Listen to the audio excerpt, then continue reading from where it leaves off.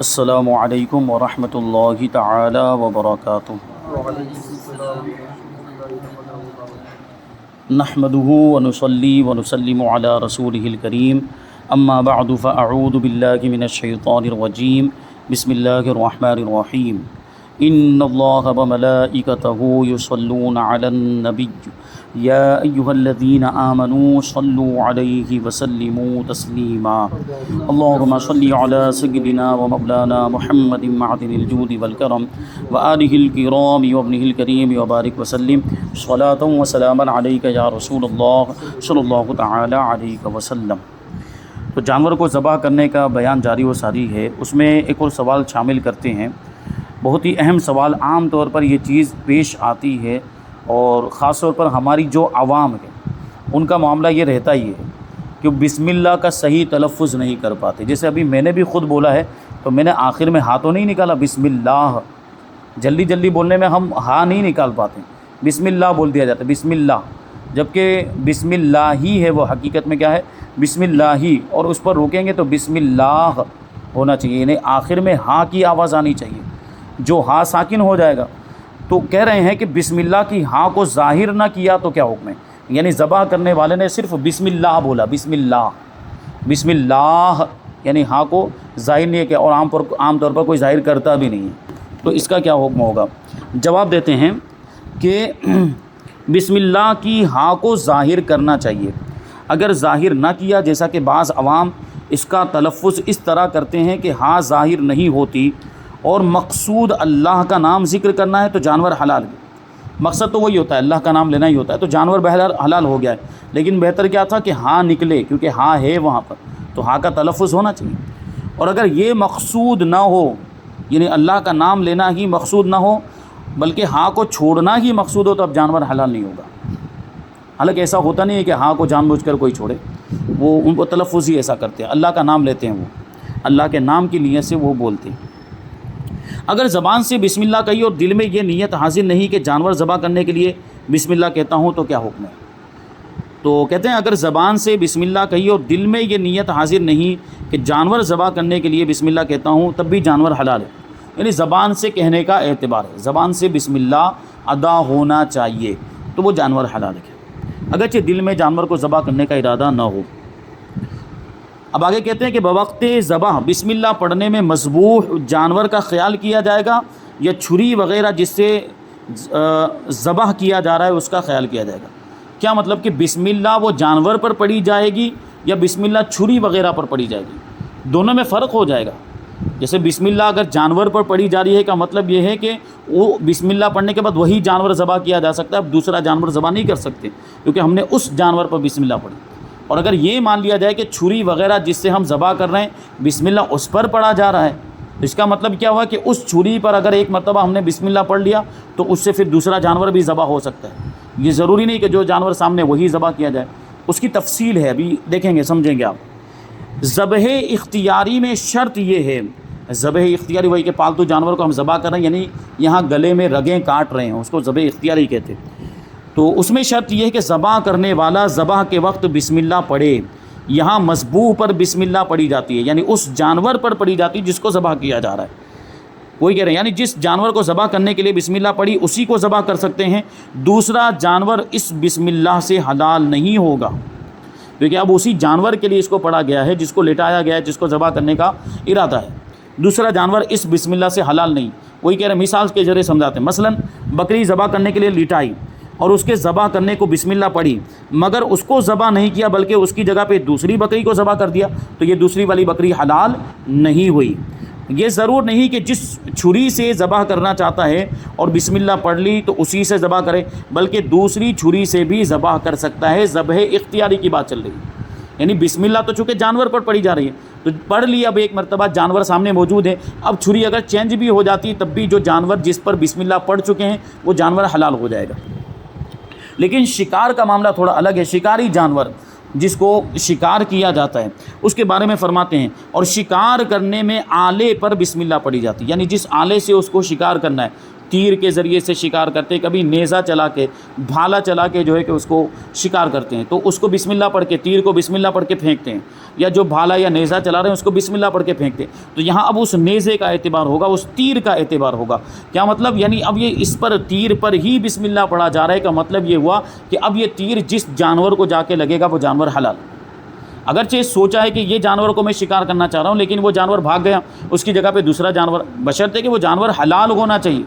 حلال ہونا چاہیے، نہیں حرام جانوروں میں سے نہ ہو۔ جیسے بیچ میں شیر آ گیا تو وہ شیر اگرچہ بسم اللہ پڑھ کے اس کو تیر مارے، اب 1000 تیر مار دے تب بھی وہ حلال نہیں ہونے والا ہے، کہ وہ تو اپنی اصل کے اعتبار سے حرام ہے۔ یہاں بات چلی جیسے حلال جانور، جیسے ہرن ہے، جو جس ہرن کو سوچ کے تیر مارا وہ ہرن وہاں سے ہٹ گیا اور دوسرا ہرن بیچ میں آ گیا اور اس کو لگ گیا تو وہ بھی حلال ہے، کیونکہ یہاں اس چھری کا یا اس تیر کا اعتبار ہوگا یا اس بھالے نیزے وغیرہ کا اعتبار ہوگا جس پہ بسم اللہ پڑھ کے اس کو چلایا ہے۔ تو وہی کہہ رہے ہیں یعنی اسی آلے سے شکار کرنا ہوگا، دوسرے سے کرے گا تو جانور حلال نہیں ہوگا۔ یعنی یہ دوسری طرف سے کیفیت دیکھیں کہ جس تیر پر بسم اللہ پڑھ کے اس کو چلایا، بسم اللہ پڑھ کے ابھی چلایا نہیں، ہاتھ میں رکھا ہوا ہے، تو بسم اللہ پڑھ کے اس تیر کو رکھ دیا، دوسرا تیر اٹھا کے چلا رہے ہیں تو اس سے جانور حلال نہیں ہوگا۔ مثلا تیر چھوڑنا چاہتا ہے اور بسم اللہ بھی پڑھی مگر اس تیر کو رکھ دیا اور دوسرا تیر چلایا تو جانور حلال نہیں۔ اور اگر جس جانور کو تیر سے مارنا چاہتے ہیں اس کو تیر نہیں لگا، دوسرا جانور اس تیر سے مر گیا تو یہ جانور حلال ہے، کیونکہ اصل میں اس تیر کا اعتبار، اس آلے کا اعتبار ہے جس سے وہ شکار کر رہا ہے۔ ٹھیک، تو یہاں پر ابھی ایک چیز آپ کے ذہن میں آ سکتی ہے، ہمارے یہاں پہ عام طور پر چلتا ہے کہ وہ چھری پڑوانے کے لیے لے کر جاتے ہیں، کہ وہ چھری کوئی باپو کے پاس لے گئے، سید صاحب کے پاس لے گئے یا عالم صاحب کے پاس، امام صاحب کے پاس، چھری پڑھ دو۔ یہ چھری پڑھنے کا کوئی مطلب نہیں، کیونکہ ہمارے یہاں تو جو جانور تو اس کو تو ذبح اختیاری کر رہے ہیں ہم، تو اس میں تو اسی کے اوپر، جانور کے اوپر ہی بسم اللہ پڑھنا ہے۔ تو چھری پڑوا لی اور یہاں بسم اللہ اللہ اکبر اگر نہیں بول رہا ہے تو جانور حلال نہیں ہوگا، اس کو ذبح کرتے وقت بسم اللہ اللہ اکبر بولنا ضروری ہے۔ یہ چھری پڑوانے کا ہمارے یہاں جو رواج چلا ہے، یہ اس کا کوئی مطلب نہیں ہوتا ہے، پڑوانے کا کوئی اعتبار نہیں، نیت تو اسی کو کرنی پڑے گی جو ذبح کر رہا ہے۔ اگر آگے جو سوال کہتے ہیں کہ ذبح کرنے والے کی طرف سے کوئی دوسرا بسم اللہ پڑھ سکتا ہے، ذبح کرنے والا بسم اللہ نہ پڑھے، اس کی جگہ پہ کوئی دوسرا وہ سوچ لے کہ میں پڑھ لیتا ہوں، اس کو پڑھنے کی ضرورت نہیں ہے، تو ایسا کرنا کیسا ہے؟ جواب، خود ذبح کرنے والے کو بسم اللہ کہنا ضروری ہے، دوسرے کا کہنا اس کے کہنے کے قائم مقام نہیں ہے، یعنی دوسرے کے بسم اللہ پڑھنے سے جانور حلال نہیں ہوگا جبکہ ذبح کرنے والے نے قصداً بسم اللہ کو ترک کر دیا ہو، اور دو شخصوں نے جانور کو ذبح کیا مل کر ایک ساتھ میں، تو دونوں کا بسم اللہ پڑھنا ضروری ہے، ایک نے بھی اگر قصداً بسم اللہ کو چھوڑ دیا تو جانور حرام ہے، یعنی جو ذبح کر رہا ہے اسی کا پڑھنا ضروری، اور اگر دو لوگ مل کر ذبح کر رہے ہیں تو دونوں کا پڑھنا ضروری ہے۔ اسی کو آگے کہتے ہیں کہ دوسرے سے ذبح کرایا جانور اور خود اپنا ہاتھ بھی چھری پر رکھ دیا، کہ دونوں نے مل کر اب جانور کو ذبح کیا ہے، تو بسم اللہ کہنا کس پر واجب ہے؟ جس کو پہلے اس نے حکم دیا تھا وہ بسم اللہ کہے گا اور بعد میں اس نے ہاتھ رکھ دیا، تو اس کے لیے بسم اللہ کہنا ضروری ہے کہ نہیں؟ تو وہی چیز ہو گئی کہ دونوں مل کر ذبح کر رہے ہیں، تو دو لوگ مل کر اگر ذبح کر رہے ہوں تو دونوں کا بسم اللہ کہنا ضروری ہے۔ وہی کہتے ہیں کہ دوسرے سے ذبح کرایا اور خود اپنا ہاتھ بھی چھری پر رکھ دیا، کہ دونوں نے مل کر ذبح کیا تو دونوں پر بسم اللہ کہنا واجب ہے، ایک نے بھی قصداً یعنی جان بوجھ کر بسم اللہ چھوڑ دی یا یہ خیال کر کے چھوڑ دی کہ دوسرے نے کہہ لی ہے، مجھے کہنے کی کیا ضرورت ہے، دونوں صورتوں میں جانور حلال نہ ہوا۔ معین یعنی مددگار، ذابح سے یہی مراد ہے، یعنی مدد کرنے والا ذابح، اس سے یہی مراد ہے کہ ذبح کرنے میں اس کا معین اور مددگار ہو، یعنی دونوں نے مل کر ذبح کیا ہو، دونوں نے چھری پھیری ہو۔ مثلا ذابح کمزور ہے، یعنی جو اصل ذبح کرنے والا ہے وہ کمزور ہے کہ اس کی تنہا قوت سے کام نہیں چلے گا، اس کی طاقت کافی نہیں ہے، تو دوسرے نے بھی اس میں شرکت کر لی، یعنی اس نے بھی ہاتھ بٹایا، دونوں نے مل کر چھری چلائی۔ اگر دوسرا شخص جانور کو فقط پکڑے ہوئے ہے، یعنی ذبح نہیں کر رہا ہے، چھری پر ہاتھ نہیں رکھا، صرف جانور کو پکڑا، جیسے ہوتا ہے ایک ذبح کرنے والا ہوتا ہے، ایک چھری چلانے والا ہوتا ہے، باقی کچھ دوسرے لوگ ہوتے ہیں اس کو پکڑے ہوئے ہوتے ہیں، کوئی پاؤں پکڑتا ہے، کوئی جو ہے کہ پیچھے والا حصہ پکڑتا ہے، کوئی اس کے آگے کے پاؤں پکڑتا ہے، اس طرح جو ہے کہ اس کو پکڑا جاتا ہے۔ تو صرف پکڑنے والے جو لوگ ہیں ان کے لیے بسم اللہ پڑھنا ضروری نہیں ہے، اگر دو لوگ مل کر چھری چلا رہے ہیں تو دونوں کے لیے بسم اللہ کہنا ضروری۔ تو کہہ رہے ہیں کہ دوسرا شخص جو جانور کو فقط پکڑے ہوئے ہو تو یہ معین ذابح نہیں ہے، اس کے پڑھنے نہ پڑھنے کو کچھ دخل نہیں،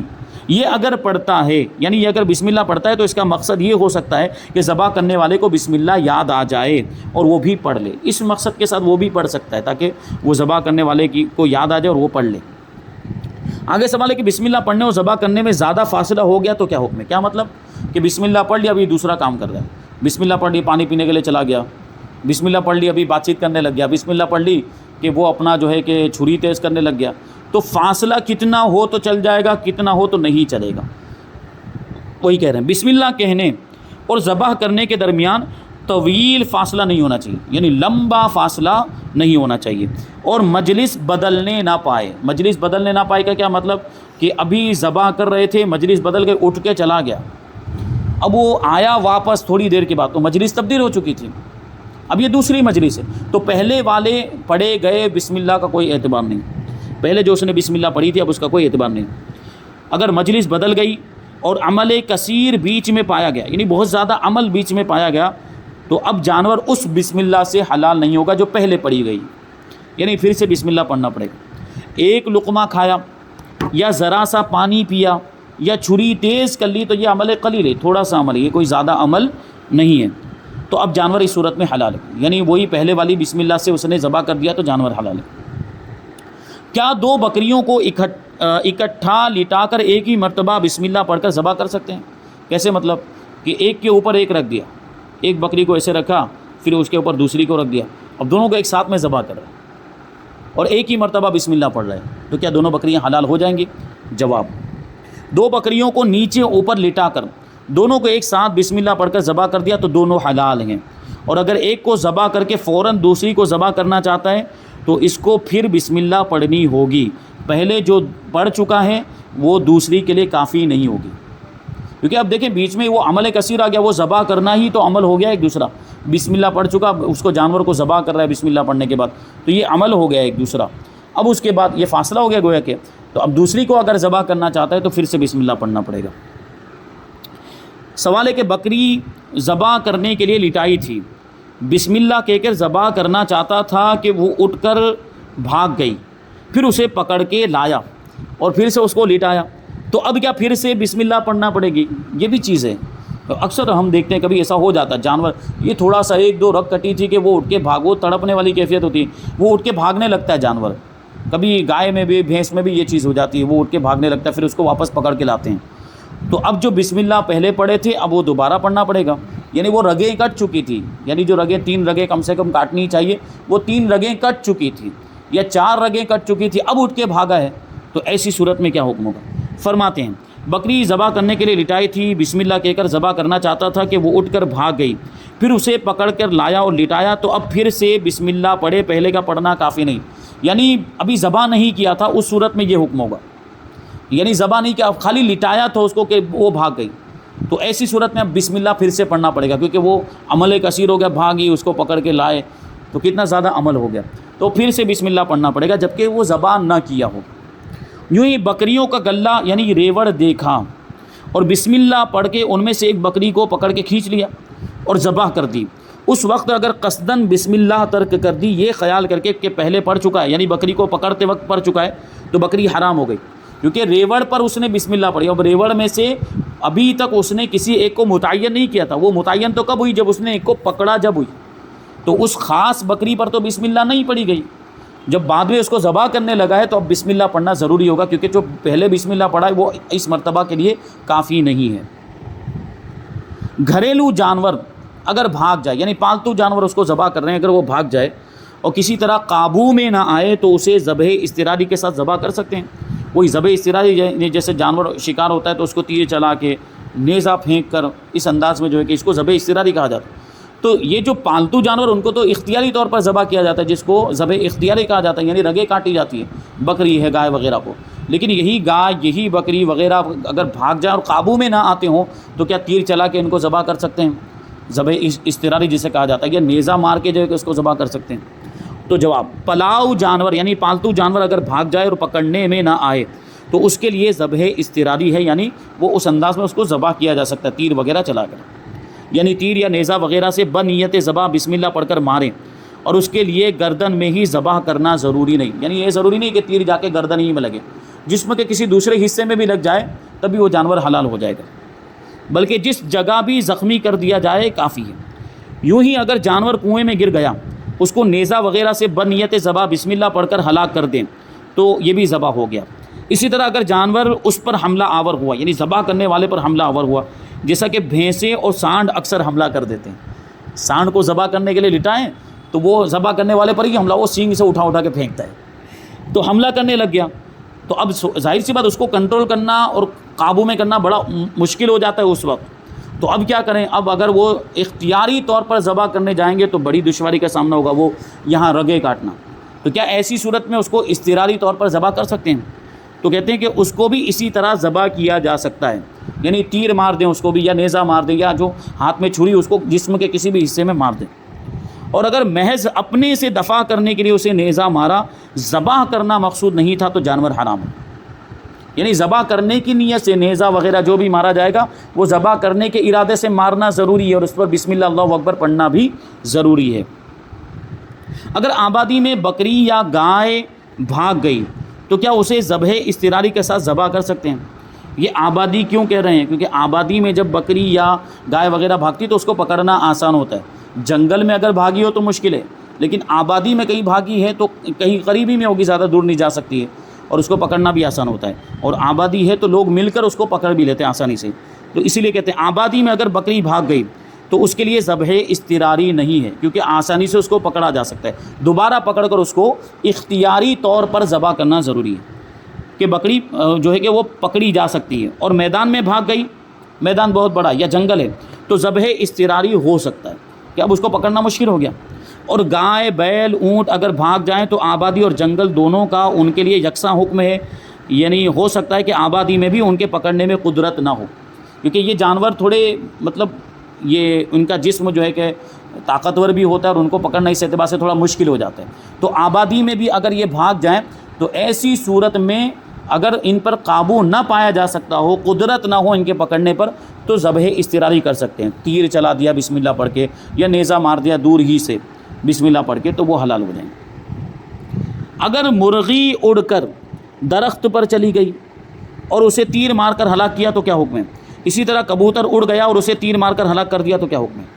جواب: مرغی اڑ کر درخت پر چلی گئی، اگر وہاں تک نہیں پہنچ سکتا، یعنی درخت پر بہت اونچی جگہ پر پہنچ گئی، تو اگر یہ وہاں پر نہیں پہنچ سکتا ہے اور بسم اللہ پڑھ کر اسے تیر مار کر ہلاک کر دیا، اگر اس کے جاتے رہنے کا اندیشہ نہ تھا تو نہ کھائی جائے، اور جاتے رہنے کا اندیشہ تھا تو کھا سکتے ہیں۔ جاتے رہنے کا اندیشہ مطلب کہ اگر خود پکڑنے جاتا تو بھاگ جاتی وہاں سے، تو جاتے رہنے کا اندیشہ نہیں تھا، یعنی پکڑا جا سکتا تھا اس کو، تو اب وہ حلال نہیں۔ اور اندیشہ تھا یعنی ایسا تھا کہ اگر میں جاتا اس کو پکڑنے کے لیے تو وہ بھاگ جاتی، اور اب تیر چلا کے مارا ہے تو وہ حلال ہے، کہ اس صورت میں ذبح اضطراری ہو سکتا ہے، گویا کہ وہ کنٹرول سے باہر ہو گئی، قابو سے باہر ہو گئی۔ کبوتر اڑ گیا، اگر وہ مکان پر واپس آ سکتا ہے، جیسے کچھ کبوتر پالتو ہوتے ہیں تو وہ مکان کو پہچان لیتے ہیں، جگہ کو پہچان لیتے ہیں جہاں پر ان کو رکھا جاتا ہے عام طور پر، وہ کتنی ہی اونچائی پہ کیوں نہ چلے جائے واپس وہیں پر آتے ہیں، تو اگر ایسا کوئی کبوتر ہے تو اس کو تیر مار کے ذبح نہیں کر سکتے۔ لیکن اگر کوئی کبوتر ایسا ہے کہ وہ مکان پہ واپس نہیں آ سکتا تو اس کو ذبح اضطراری کیا جا سکتا ہے۔ وہی کہہ رہے ہیں کہ اگر وہ مکان پر واپس آ سکتا ہے اور اسے تیر سے مارا، اگر تیر جائے ذبح پر لگا تو کھایا جا سکتا ہے۔ جائے ذبح پر لگا یعنی جہاں سے عام طور پر پرندے کو یا جانور کو ذبح کیا جاتا ہے وہاں پہ جا کے لگا، یا تیر یہ گلے میں لگا مطلب، تو جانور حلال ہے، یعنی مان لیا جائے گا کہ وہ ذبح ہو گیا، ورنہ نہیں کھا سکتے۔ اور اگر وہ واپس نہیں آ سکتا تو بہر صورت کھایا جا سکتا ہے، یعنی اب اس پر قدرت نہیں رہی، اس پر کنٹرول نہیں رہا، تو اب یہ ذبح اضطراری ہو گیا، تو اب کہیں بھی لگے اس کے بدن میں، اس کے جسم پر کہیں بھی تیر وہ لگا ہے، اس کو کھایا جا سکتا ہے۔ سوال: گائے یا بکری ذبح کی، اس کے پیٹ میں سے بچہ نکلا تو اس کا کیا حکم ہے؟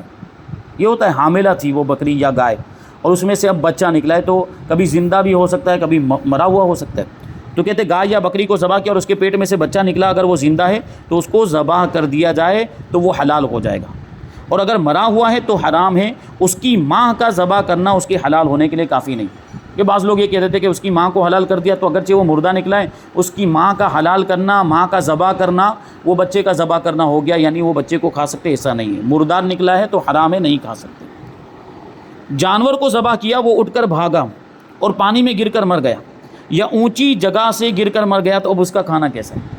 اب یعنی ذبح کیا کا کیا مطلب، وہ رگیں کٹ چکی تھی، رگیں کٹنے کے بعد وہ بھاگا ہے، اب کنواں تھا قریب میں تو کنویں میں جا کر گر گیا، یا جو ہے کہ اونچی جگہ پر چڑھ گیا اور وہاں سے گر کر مر گیا، تو اب ایسی صورت میں اس کو کھا سکتے کہ نہیں، کیونکہ یہاں بھی شک اور شبہ ہو گیا۔ تو اس کا جواب دیتے ہیں، جانور کو ذبح کیا، وہ اٹھ کر بھاگا اور پانی میں گر کر مر گیا یا اونچی جگہ سے گر کر مر گیا، اس کے کھانے میں کوئی حرج نہیں کہ اس کی موت ذبح کرنے سے ہوئی ہے، پانی میں گرنے یا لڑکنے کا کوئی اعتبار نہیں، کیونکہ ذبح کر چکا تھا، اس کو رگیں کٹ چکی تھی، تو اب اگرچہ وہ اوپر سے اونچی جگہ سے پہاڑ پہ سے نیچے گر رہا ہے یا وہ پانی میں گر رہا ہے، اس کا اعتبار نہیں ہوگا، یہی مانا جائے گا کہ وہ مرا ہے ذبح کرنے ہی سے مرا ہے۔ اب آگے ایک سوال ہے کہ زندہ حلال جانور کا کوئی ٹکڑا کاٹ کر جدا کر لیا، اس کے کھانے کا کیا حکم ہے؟ زندہ جانور جیسے بکرا ہے مثال کے طور پر، اور اس کا جو ہے کہ ایک طرف کا گوشت کا ٹکڑا، میں نے اس سے پہلے بھی بتایا تھا، کاٹ کے نہیں کھا سکتے، تو جواب، زندہ جانور سے اگر کوئی ٹکڑا کاٹ کر جدا کر لیا گیا، مثلا دمبے کی چکی کاٹ لی، دمبا دیکھا ہے آپ لوگوں نے، پیچھے اس کے چکی ہوتی ہے، وہ چکی کا گوشت کاٹ لیا، یا اونٹ کا کوہان کاٹ لیا، اونٹ کی پیٹھ پر جو ابھرا ہوا حصہ ہوتا ہے اس کو کاٹ لیا، یا کسی جانور کا پیٹ پھاڑ کر اس کی کلیجی نکال لی، تو یہ جو کچھ بھی الگ کر لیا ہے یہ ٹکڑا حرام ہے۔ جدا کرنے کا یہ مطلب ہے کہ وہ گوشت سے جدا ہو گیا ہو، یعنی پورا جسم سے الگ ہو گیا ہو، گوشت سے الگ ہو گیا ہو، اگرچہ ابھی چمڑا لگا ہوا ہو، اور اگر گوشت سے اس کا تعلق باقی یعنی گوشت سے جڑا ہوا ہے تو اب یہ مردار نہیں ہے، یعنی وہ ٹکڑا مردار کے حکم میں نہیں ہوگا، یعنی اس کے بعد، یعنی اتنے ٹکڑے کو الگ کرنے کے بعد، اور الگ کس انداز میں کیا ہے کہ تھوڑا سا جڑا ہوا ہے، گوشت کے ساتھ جڑا ہوا ہے، پورا الگ نہیں ہوا ہے، گوشت کے ساتھ تھوڑا ابھی وہ جڑا ہوا ہے، کہ اس کے بعد اگر جانور کو ذبح کر لیا تو اب یہ ٹکڑا بھی کھایا جا سکتا ہے، کیونکہ جب وہ جڑا ہوا ہے گوشت کے ساتھ، اس کا تعلق ہے، تو مان لیا جائے گا کہ ابھی بھی وہ اس کے بدن کا ہی حصہ ہے، اور ذبح کر لیا جائے تو جیسے پورا جانور حلال ہو گیا، اب وہ ٹکڑا بھی حلال ہو جائے گا۔ لیکن اگر گوشت سے اس کا تعلق بالکل ختم ہو گیا تھا، پھر جانور کو ذبح کر رہے ہیں، تو وہ جانور کا باقی حصہ تو حلال ہو جائے گا، لیکن یہ ٹکڑا جو الگ ہو چکا تھا وہ نہیں کھا سکتے۔ جانور کو ذبح کر لیا ہے مگر ابھی اس میں حیات باقی ہے، زندگی باقی ہے، یعنی ہوتا ہے نا تھوڑا حرکت کرتا رہتا ہے، ذبح کرنے کے باوجود، رگیں کٹ جانے کے باوجود تھوڑی دیر تک جانور حرکت کرتا ہے، تو اس کا کوئی ٹکڑا کاٹ لیا تو اب اس کے کھانے کا کیا حکم ہے؟ جواب، جانور کو ذبح کر لیا ہے مگر ابھی اس میں حیات باقی ہے، یعنی زندگی باقی ہے، اور اس کا کوئی ٹکڑا کاٹ لیا، یہ حرام نہیں ہے کہ ذبح کرنے کے بعد اس جانور کا زندوں میں شمار نہیں، اگرچہ جب تک جانور ذبح کے بعد ٹھنڈا نہ ہو جائے اس کا کوئی عضو کاٹنا مکروہ ہے، کہ اس سے اس کو زیادہ تکلیف ہوگی، یعنی جب ذبح کر لیا تو اب اس کو زندہ نہیں کہا جا سکتا، اب اس کے لیے زندہ جانوروں کا حکم نہیں ہے۔ اب جو ہے کہ گوشت کا ٹکڑا کاٹ کے الگ بھی کر لیتے ہیں تو وہ ٹکڑا کھایا جا سکتا ہے، لیکن ایسا کرنا نہیں چاہیے، اس کو پورے طور پر ٹھنڈا ہونے دیا جائے، کہ پورے طور پر اس کے اندر سے جو زندگی ہے وہ پورے طور پر ختم ہو جائے، پھر جو ہے کہ چمڑا وغیرہ اکھاڑا جائے اور یہ گوشت کو الگ کیا جائے، اس کے ٹکڑے کیے جائیں۔ اب کہتے ہیں کہ زندہ مچھلی میں سے ایک ٹکڑا کاٹ لیا تو اس کے کھانے کا کیا حکم ہے؟ زندہ مچھلی میں سے ایک ٹکڑا کاٹ لیا تو یہ حلال ہے، اور اس کاٹنے سے اگر مچھلی پانی میں مر گئی تو وہ بھی حلال ہے۔ آگے ایک سوال ہے کہ جن جانوروں کا گوشت کھایا نہیں جاتا، کیا ان کا گوشت وغیرہ ذبح کرنے کی وجہ سے، یعنی ذبح شرعی کی وجہ سے پاک ہو جائے گا؟ بہت اہم سوال ہے کہ جن جانوروں کا گوشت نہیں کھایا جاتا، جیسے مثال کے طور پر ابھی آپ کو میں کہوں کہ شیر کا گوشت نہیں کھا سکتے، لیکن شیر کو پکڑ کے شرعی طور پر ذبح کر دیا، جو ابھی طریقہ بتایا جا رہا تھا، کیسا کہ وہ 3 رگیں یا 4 رگیں اس کی بھی کاٹ دی ہم نے، تو اب اس کا گوشت پاک ہو جائے گا کہ پاک نہیں ہوگا، اور اس کا چمڑا پاک ہوگا کہ پاک نہیں ہوگا؟ یہاں دیکھیں پاک ہونے اور پاک نہ ہونے کی بات چل رہی ہے، حلال ہونے کی بات نہیں چل رہی ہے کہ وہ گوشت پاک ہوگا یا چمڑا پاک ہوگا یا نہیں۔ پاک ہونے کا مطلب یہ ہوتا ہے کہ اس کا خارجی استعمال ہو سکتا ہے کہ نہیں ہو سکتا، اس کو بھی آگے سمجھیں گے۔ فرماتے ہیں جن جانوروں کا گوشت نہیں کھایا جاتا ذبح شرعی سے، یعنی شرعی طور پر ان کو ذبح کر دیا جائے تو ان کا گوشت، چربی اور چمڑا پاک ہو جاتا ہے، مگر خنزیر کہ اس کا ہر جز نجس ہے، وہ نجس العین ہے، اس کو اگر شرعی طور پر ذبح بھی کریں گے تب بھی اس کا چمڑا وغیرہ کچھ بھی پاک نہیں ہوگا، اور اس کا استعمال ہر اعتبار سے ناجائز۔ اور آدمی اگرچہ طاہر ہے، آدمی اگرچہ پاک ہے، اس کا استعمال بھی ناجائز، یعنی اگر آدمی کو معاذ اللہ کسی نے شرعی طور پر ذبح کر دیا تو اس کا چمڑا وغیرہ استعمال نہیں، کیونکہ آدمی کے کسی بھی جز سے انتفاع جائز نہیں، یعنی اس سے نفع اٹھانا جائز نہیں، اس کا استعمال کرنا جائز نہیں ہے۔ تو لیکن دوسرے جانور جو ہوتے ہیں جو اگرچہ حلال نہ بھی ہوں ان کو شرعی طور پر ذبح کر دیا جائے تو ان کا چمڑا اور ان کا گوشت وغیرہ پاک ہو جاتا ہے۔ پاک ہو جانے کا یہ مطلب نہیں کہ ان کا کھانا حلال ہو جاتا ہے، وہ جانور کا کھانا تو حرام ہی رہے گا، اس کے گوشت کا کھانا بھی حرام رہے گا۔ پاک ہو جانے کا یہ مطلب ہے کہ اب وہ گوشت ہمارے بدن پہ لگ جائے یا وہ گوشت ہمارے کپڑے پر لگ جائے تو ہمارا کپڑا یا بدن ناپاک نہیں ہوگا۔ اسی طرح وہ چمڑا اگر ہم اس کو دوسرے استعمال میں لانا چاہتے ہیں، بچھانے کے استعمال میں، یا جو ہے کہ اس سے کوئی چیز بنا لیتے ہیں، کوئی سامان بنا لیتے ہیں، جیسے مشکیزہ بنا لیا یا جو ہے کہ تھیلا بنا لیا، اب اس کو استعمال کر رہے ہیں اس کے، تو وہ جائز ہے۔ پاک ہو جانے کا یہ مطلب ان جانوروں یعنی انسان اور خنزیر کے علاوہ ان کی چربی وغیرہ کو اگر کھانے کے سوا خارجی طور پر استعمال کرنا چاہیں تو ذبح کر لیں، کہ اس صورت میں اس کے استعمال سے بدن یا کپڑا ناپاک نہیں ہوگا۔ اور دوسرے جانوروں کا چمڑا اگر ہے تو اس کو پاک کرنے کا ایک اور طریقہ ہے دباغت۔ وہ کوئی بھی جانور، چاہے پھر یہ ہمارا حلال جانور ہو یا جو ہے کہ ایسے جانور ہو جن کا گوشت نہیں کھایا جا سکتا، ان کو بھی، ان کے چمڑے کو بھی اگر دباغت دے لی گئی، یعنی دھوپ میں سکھا لیا یا مٹی پر رگڑ کر اس کی رطوبت کو ختم کر دیا، یا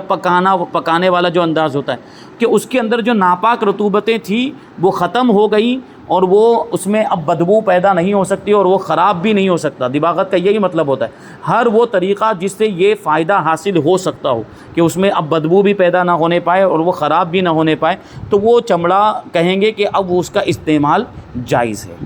تو اس کو اب جو ہے کہ دوسرے کاموں میں استعمال کر سکتے ہیں۔ چمڑے کی چپل وغیرہ بھی بنا سکتے ہیں اور اس کی چٹائی وغیرہ بنا لیں، یا جو ہے کہ مصلی بھی بنایا جا سکتا ہے، اس پہ نماز بھی پڑھ سکتے ہیں۔ اب یہ یہاں پر ذبح کا بیان جو ہے کہ مکمل ہو گیا۔ اب قربانی کے فضائل بیان کریں گے۔ اللہ تبارک و تعالیٰ کی بارگاہ میں دعا ہے کہ جو کچھ بھی بیان ہوا اس پر ہم سب کو عمل کرنے کی توفیق عطا فرمائے۔ وما علینا الا البلاغ۔ السلام علیکم۔